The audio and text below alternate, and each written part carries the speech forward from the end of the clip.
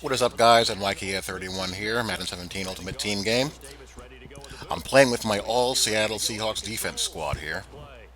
And, well, I'll let you guys guess. Judging by the title, if you watched the Madden Classic group stage, or Madden Challenge, I always get the names of the majors messed up. If you watched the Madden Challenge group stage finals yesterday, where do you think this is going?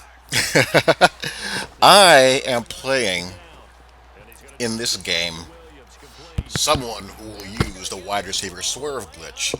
For those of you who may not be into the competitive Madden scene and don't follow it and don't know what that is, you'll see what that looks like. As I like to say about things of this nature, it ain't a good look. It ain't a good look. You know, I get that the commentators in these tournaments are in a bad spot. Or I shouldn't say a bad spot, a tough spot when it comes to these things. They're not going to openly criticize the use of glitches and exploits in the game on a live EA broadcast. That's just not going to happen. I get it.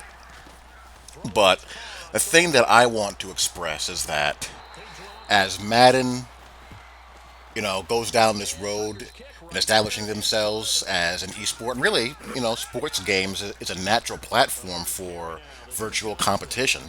What they have to realize, I'm sure they realize this. I'm sure Rex understands this completely.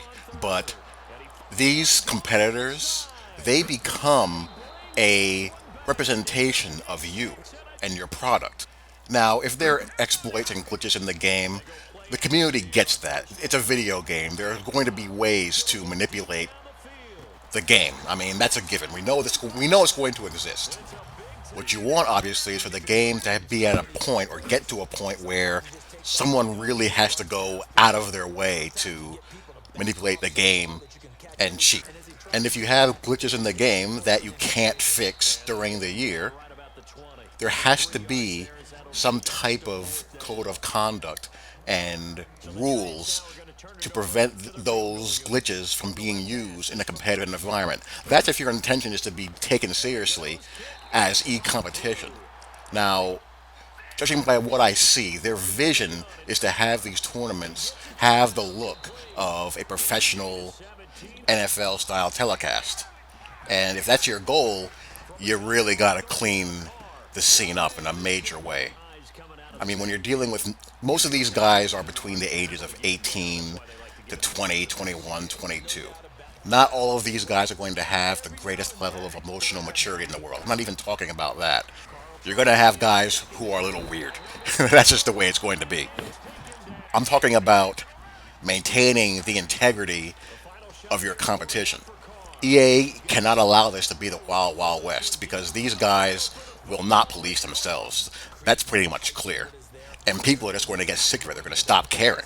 I mean, granted, the EA stream chats are difficult to take, and being a mod in there is a nightmare at times. But the level of scorn that was directed toward Volterax was pretty stark. No one likes him. No one wants him to be there. No one wants him to win.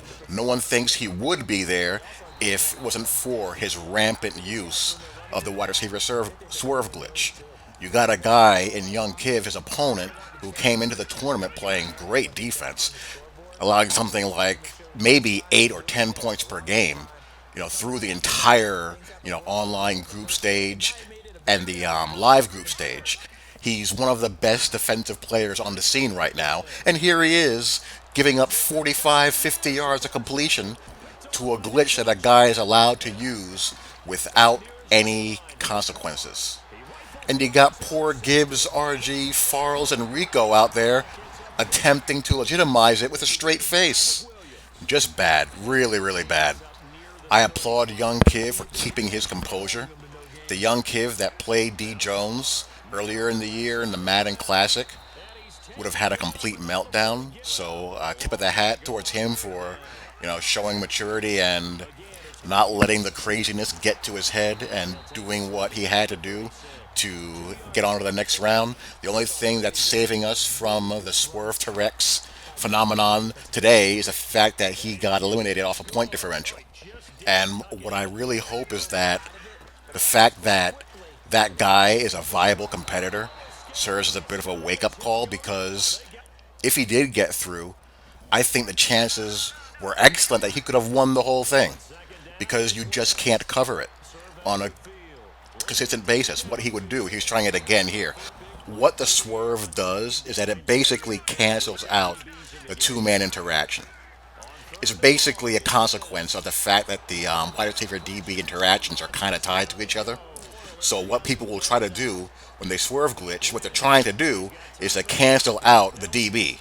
And the way you counter that is that you have to break your DB manually away from the receiver and then go back to the spot where the ball is being thrown.